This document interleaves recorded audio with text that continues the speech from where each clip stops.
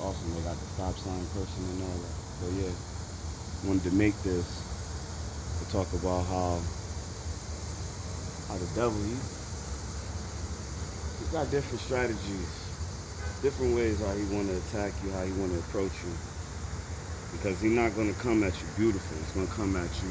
Well, he's gonna come at you beautiful. He's not gonna come at you ugly. He's gonna make his point to not scare you off, make you feel vulnerable in his position. He wants you to feel like you're in control. You know, he tries to take advantage of you from any perspective he can, whether it's just to make you feel like you're in control, whether it's to make you feel like you have all the money, all the power, all the respect. That's just how he does. He takes his time too. He doesn't. It doesn't matter how long it takes for him to get to you. That's why that Baphomet symbol fits him so perfectly. You know, with all the different body parts of a person, plus the body parts of an animal, mainly the man goat with the huge horns, because he's the best of all worlds. Also with the eagle wings, huge eagle wings. What does he need all that for?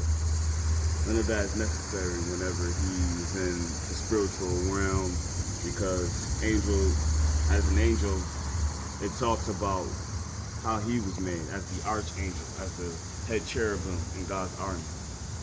He was made with jewels and gold and sapphires. So he doesn't. So when you see the symbol of him made as the Baphomet symbol, that just goes to show you his approach to mankind.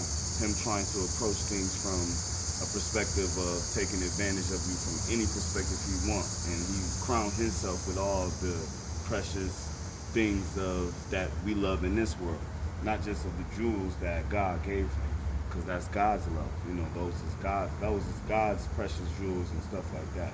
But the things that men are made of and animals are made of, that's what he wants to rule. So he crowned himself with the best of that.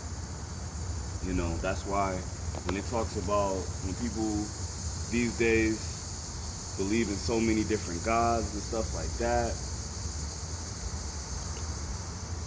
in ancient times when Hebrew they used to speak of Elohim, because Elohim were different gods, were the names of different gods, were the names that they gave to different angels, whether it be angels, anything of the divinity, they referred to it as Elohim.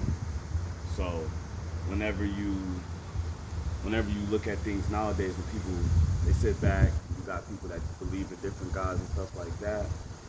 It's mainly because you got different demons and different spirits that's trying to manifest themselves in different forms. But can any of them tell you a creation story?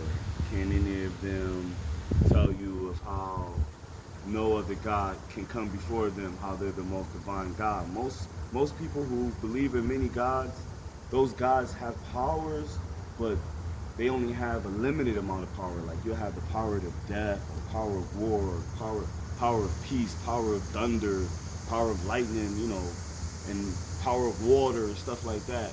It's always limited. Whereas the Almighty God, as you know, there is no limitation to his power.